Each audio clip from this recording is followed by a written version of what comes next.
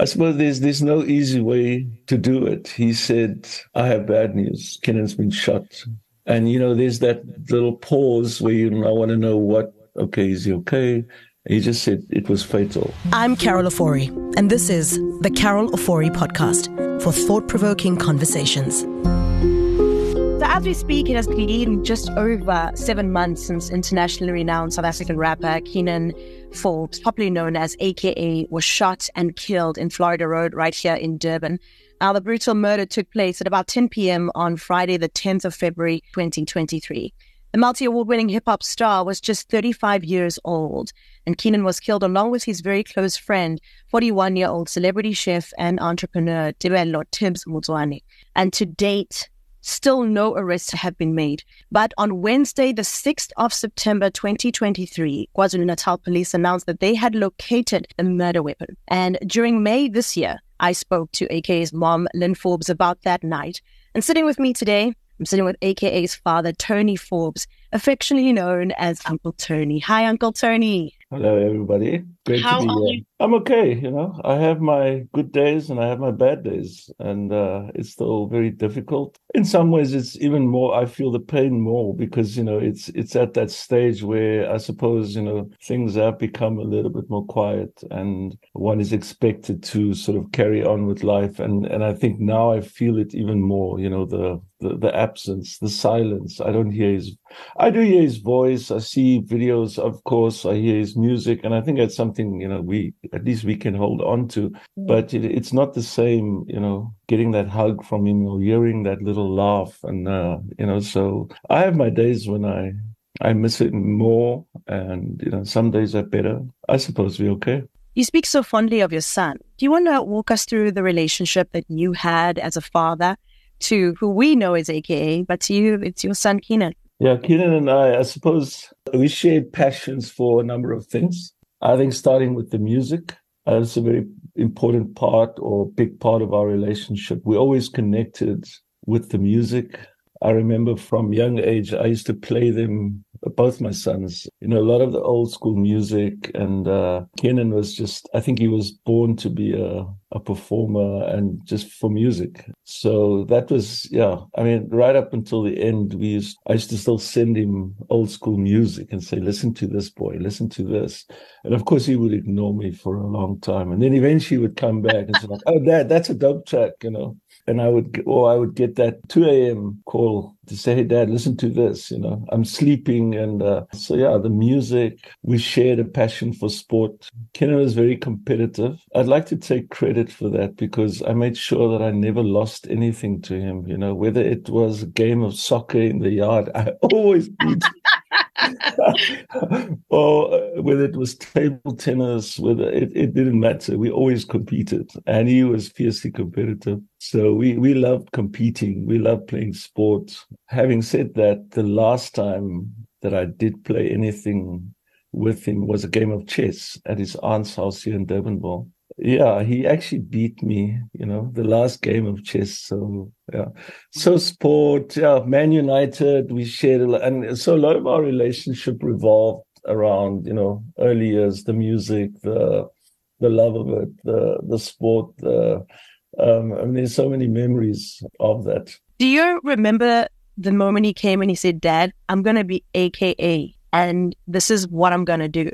Do you remember that, the first time he had this conversation with you, or the moment you found out that this is the path your son is following? It wasn't one moment. It was just, I think from an early age, we could see that this is what Kiernan was going to do. My mum lived in Mitchell's Plain, and it's a double-story house. And many Sundays we would sit in the lounge, and then Kiernan would descend from the stairs, and he would then perform a Michael Jackson song like Bad. I still remember he had these white sneakers with orange laces. Yeah, he was just a performer from a young age. And it just, it carried on. We loved singing together. We loved doing karaoke. I remember at the first Idols that we had a jacuzzi in our house in Houghton. And one of our family members actually built a stage on top of the jacuzzi. And Wow. we performed, like we had a karaoke night, idols night. And Kiernan was just, you could see, just, getting on the stage. He was just, yeah. So, and then through high school, he had this big black hardcover book. We would write all his rhymes. He would go to the bathroom and he would have this book with him. And he was always writing. And I remember when he started, the very first time that they wanted to record with two of his friends, they had some tracks that they put down. And I remember a number of Saturdays, they, with these kids they told us, no, they're going to meet this producer or this artist and he's going to help them. And many a Saturday they would come back empty-handed. But he showed that perseverance and so it wasn't, then he did the first album when he was still at school. I don't know if you guys know, with a group called Entity. Right. Yeah. So that was his entree into the industry. And I suppose from there, just, what happened after that was just natural. Do you remember the moment you realized, wait, my son is a star in this country? I think every parent, you see your child as your child. And then there's a moment, whether it's on a stage, whether it's you out with him somewhere, that you're like, hold on, my son's a big deal. People love him. And I think the sort of big moment for us, the first time he was on radio, on YFM, I remember just after they did the album at school with his two friends, they were on an afternoon show at YFM.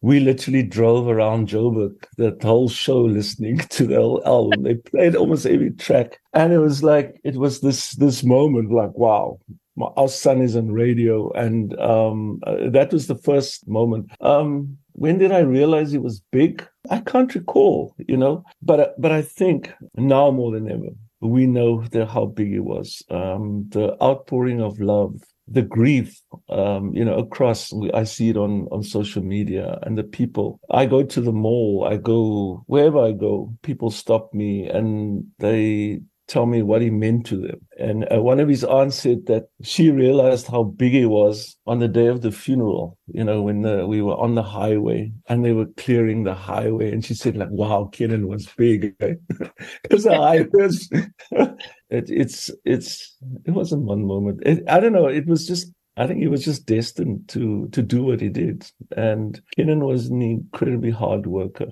And it's something I'm proud to say that I think we instilled in him, the work ethic. He was relentless. I remember just after school, he started, he actually did jingles. I don't know if you know that. At the SABC, he wrote jingles for like a year. And while he was there, he said, Dad, I'm working the compilers, on the radio, build up relationships with them, get to know the people. He was amazing with that. He taught me so many things, but, just like if you really committed to your passion, or if you have the passion and you really committed to getting somewhere, then it just shows, where Kiernan has ended, just hard work. And I was thinking the other day from when he started out, with the black hardcover book in the house, and to where he is today, not where he was, where he is today. And the accolades keep coming and the recognition keep coming. Yeah. So I guess we always knew. Now I'd like us to go back to the 10th of February. I'm very curious to find out how you found out, where were you, and who called you to tell you what had happened to your son. I was actually in bed early on a Friday night, which is very unusual in Cape Town. And I only found out after 12 because I went to bed, I fell asleep. The phones they tried to get hold of me. And eventually Lynn's sister's daughter came to the gate here where I live in Durbanville. And she couldn't tell me, and she gave me the phone and she put her father on, and he told me that, I suppose there's no easy way to do it. He said, I have bad news. Kiernan's been shot. And, there's that little pause where I want to know is he okay? He just said it was fatal. And I was standing at the gate. I was sitting now at the gate, like just before, thinking about coming on with you. And just in that moment, every time I walk through that gate at night in particular, I remember that moment. And I remember sitting just like, I wouldn't say I collapsed, but I just had to sit down on the ground and just let it sink in. So yeah, that's how it happened. And in that moment, it was actually within probably 10 minutes. It was a case of, okay, it's happened. We have things to do. So in that moment, I guess it's self-preservation that kicked in. As a father, I have to go and do things. I have to go to Durban. I have to do this. I have to do that. And I think it helped me in that moment because, having to get on a plane, go to Durban, sort of the busyness kicks in and the focus shifts to that and less on the emotion. It's like I could shut it out, it just naturally happened. Yeah, that's how it happened. And I think when I remember taking a shower, to get ready to catch my flight, and it was a windstill night in Cape Town. And the bathroom window was open. And at some point, I felt this gush of energy. And I thought it was him. I thought it was him saying, Dad, I'm with you. Yeah, that's how it happened. I'm a very emotional person. So if you see me reaching out to my tissues, then you know why. It's obviously very difficult to have to relive something that's pretty fresh. I mean, it's only been 7 months since that happened. And your candid response is really appreciated because I can understand how difficult this may be. I did ask Lynn the question whether she forgave his killers. Have you? I'm not there yet. I can only forgive someone if I know who did it. I cannot forgive a faceless person. I think it's a journey for me. I mean, it's a cliche to say that, but it definitely is a process. I still want to find out who did it and go through that and understand it. I guess the forgiveness will come, but not right now. It's not something, and I'm being honest, and that's how I feel. I don't sit and think about, the people that did this. And, I don't sit by the phone waiting for someone to phone us and tell us, there's been an arrest or this or that. Because if I did, that's all I would do. I focus on my life and the family, and I try to do the best I can to deal with the loss, this hole that's inside it. Me. That's what occupies me most of the time. I don't think about the people that did it. I do want justice. It is slow, but I also understand why it's a slow process. Yeah, I guess, there will come a time when we will find out more, and then, I'll have to go through the thought process, the emotions, the forgiveness. I know I'll have to deal with it, but it's like, it's over there, I'll cross that bridge when we come to it. Have I forgiven right now? No, I can't forgive. I don't know, who am I forgiving? With that being said, I think what shocked many South Africans, and I'm certain the family, was the viral nature of how South Africa found out that he had been murdered. Have you seen this awful, tragic footage? And what are your thoughts on this social media world and how this played out for your family? I saw it the next morning before it came out on social media. When we landed in Durban, we went to the mortuary and then we went to Wish. And at Wish, we got the footage. And for me personally, just putting aside social media, I needed to see that. And I've looked at it many, many times because I wanted to see his last moments. And I take comfort from a few things. The fact that it happened very quickly.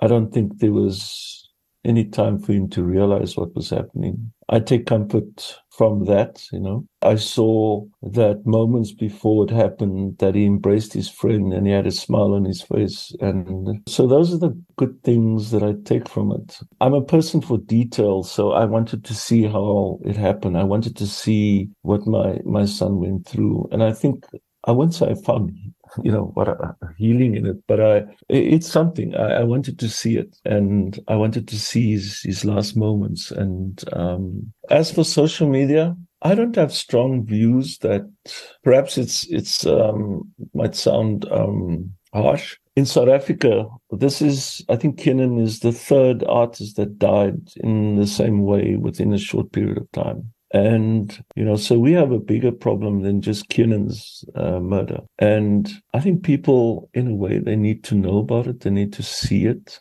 They don't have to see all the details, but I didn't really have a strong view about the fact that it was on social media. I had other things to think about. I had other things to go through. It is what it is. It's out there. So with that being said, a lot of people would say after seeing that footage, you would be an angry person. Would you say you're going through that? I do have moments when I have some anger, and I think, I would see an image of him with Cairo, or see an image of, just an image of him. And I would, go through, like, who gave them the right to do this? Who does something like this? And that in that moment, I do feel some anger. But it doesn't occupy my mind. I cannot be angry. I'm determined not to be hateful because it would destroy me. So I choose to, I choose to focus on my own journey, the loss, and finding inspiration on, in the things that he did, and also applying it in my life and seeing how I can build on his legacy, leave my own legacy. I remember when, in the week leading up to the funeral, when the students came to the gate, and I realized the impact Kiernan had. And I'm very passionate about paying it forward. So in my field, I'm in software development. Teaching kids to code, for example, is something that I've always wanted to do. And I feel challenged. I choose to be challenged more by the examples he showed me. Like, how am I doing that in my life? And focusing on that, capturing the memories of Kiernan, and whether it's, or sharing the memories. So on Instagram, I would post the pictures, of us together or as a family. And, I choose to do that as opposed to being angry. Do I have moments? Of course I do. It's human, but it doesn't dominate me. As the family, I'm assuming you know the latest with regards to this case. We do know that the firearm has been retrieved and the police are working on arrests and the future possible arrests. Can you give us an update of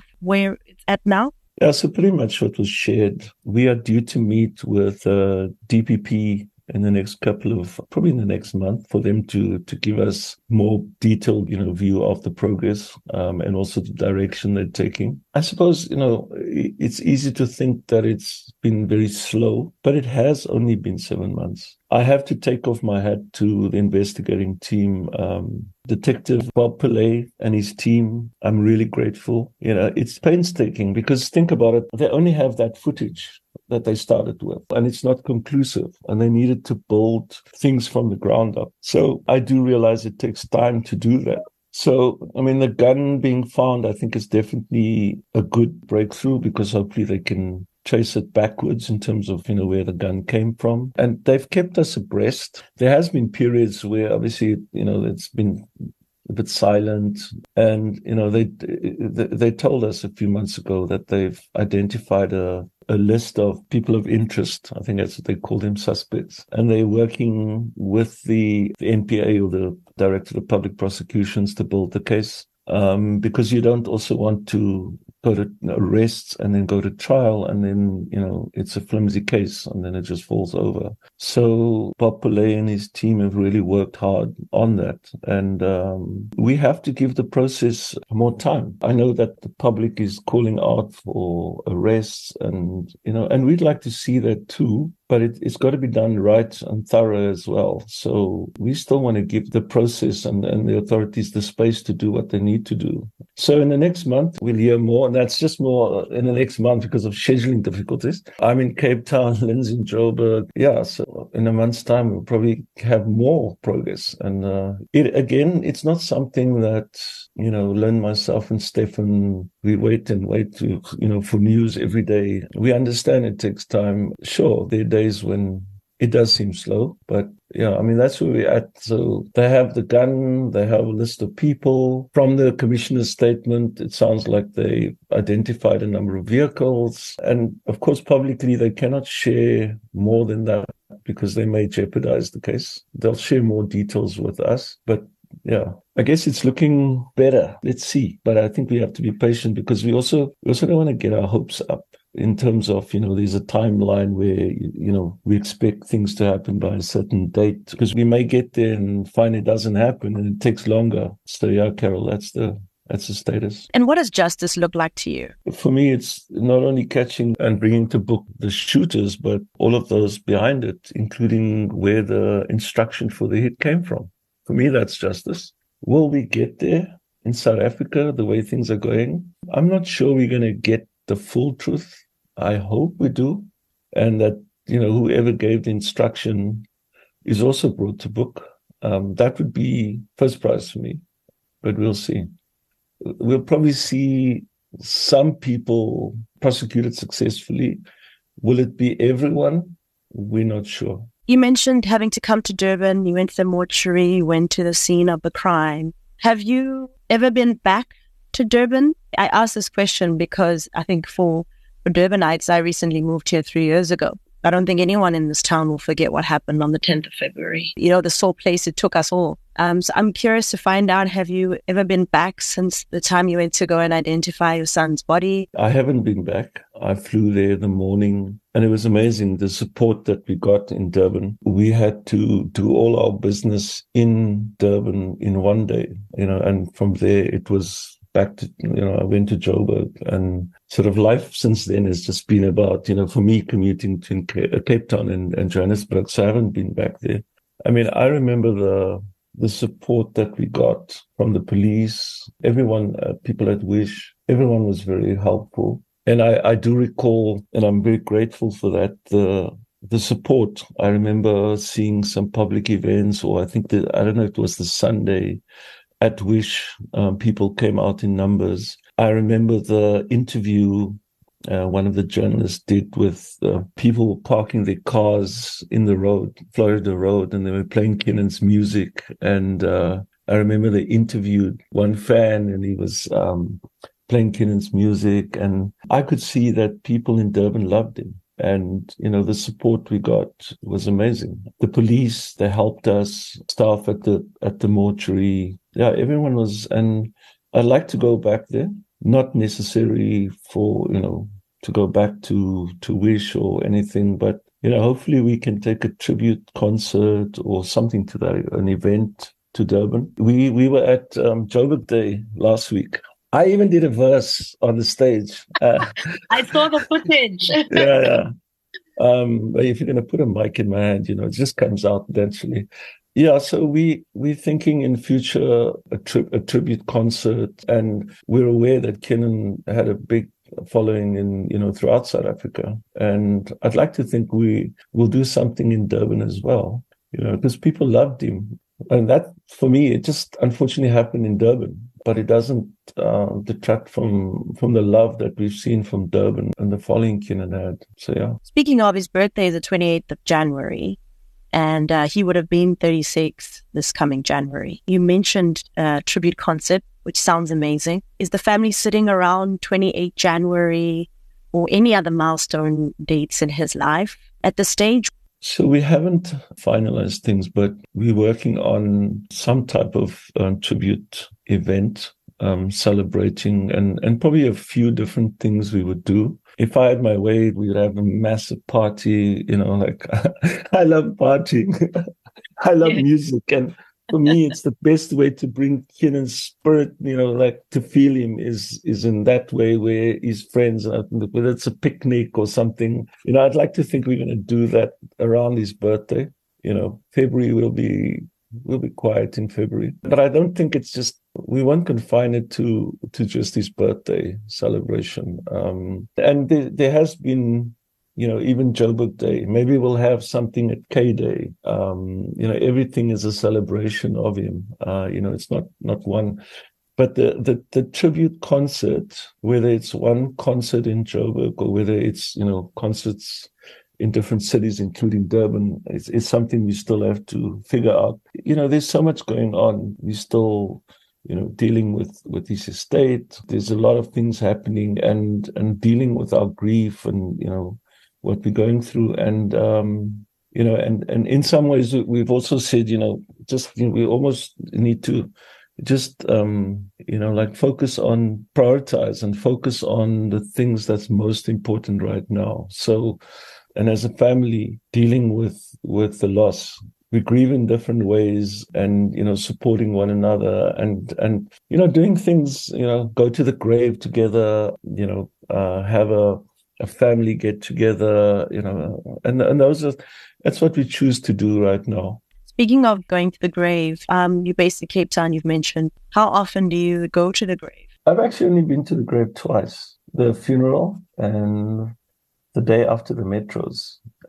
This last weekend I was there, we planned to go and it just didn't work out. But I know Lynn goes very often. For me, I remember the second time around when I went there. This is after the Metros, and we went there. We put the flag on his grave and we put the trophies there, and and his friends were there and lit the candles. And I remember feeling much more emotional than what I expected. I still hear, I do hear him. Obviously, he's everywhere, still on social media. But when you go there and you see the grave, even if I just see the board with his name on, it kind of just sinks in again, because there are days when I don't believe that it happened. It's like it didn't happen. And it's like, is he really gone? I suppose that's natural. It is very, very natural. And, you speak about the Metros. He's just been nominated for the 5th time for the BETs for a Song of the Year award. And he won this at the DSTV Content Creator Awards. There just seems to be nomination after nomination, award after award. The accolades are coming in for this album as well. It's just been doing so well. I mean, how do you feel that this is all happening and he's not even here to see it happen and experience it with you as a family? He's the super mega man. He's not surprised. Incredibly proud. Kiernan is, what did he say? I've been winning for a long time. He always won. He always got the accolades. And he worked hard, incredibly hard. And I'm very proud of Mass Country. Personally, I'd also take some satisfaction there. There's some tracks that's heavily influenced and also is sampled from the old school music that I played for him last time. I don't know if you know that track. So I'm also very proud that the way in which he collaborated with established artists, Kuli and Nyanga and so on and so on. But he also collaborated with up and coming, and that was what Kiernan was about. He always gave opportunities, and he always supported people coming up. And I remember it was a Tuesday night before the funeral. We had all his artist friends there, and like solid 3 hours, they all got up and spoke about their journeys with him. I remember Rouge saying, how he gave an opportunity to her when no one else would. And if I think about Mass Country, he showed it there as well. Yeah, and Kiernan was about the music. He was a perfectionist. I'm proud of Mass Country and the accolades and the awards and, the album going platinum says people loved his music. People loved him. And, that makes me proud and grateful. So, yeah, I'm very excited. And by the sounds of it, it's not the last awards or accolades that's coming. There's something big coming up at BET as well, which you guys will find out in due course. What we did notice is that when he passed, a lot of his friends were around the family, supporting the family. Do you still see a lot of his friends? Are they still coming around? Are they still a part of your family? Well, they don't come around as much because, at that time it was at Kiernan's place. So, we obviously gave up that place. But I do see them. And when I do see them, I feel closer to him. I see Don and Les and I try to spend time with them. I definitely feel closer to them, and the support we had, like that week in particular, we didn't lack for anything. His friends were there. And as a dad, I think typically in any families, when there's a death, someone has to take charge and organize this and organize that. But his friends took so much off us. In 1 week, we had the memorial, the funeral. It was just amazing, the support. So his friends definitely played a big role in helping us through and continue to do so. So yeah, I'm still very close to his friends, probably even more closer now compared to when he was alive, And for me, it's when I go to Joburg and I spend time with them, it's like I can feel him, they tell me the stories about him, do you remember this time when Kiernan did this? Or like they talk amongst themselves and, I feel good. I feel like, I'm connecting. How is Stefan doing and how is little Cairo doing? I know after Joburg Day, she did break down. So let me start with Stefan. I think Stefan is fine. We're as fine as we can be. He's grieving his brother.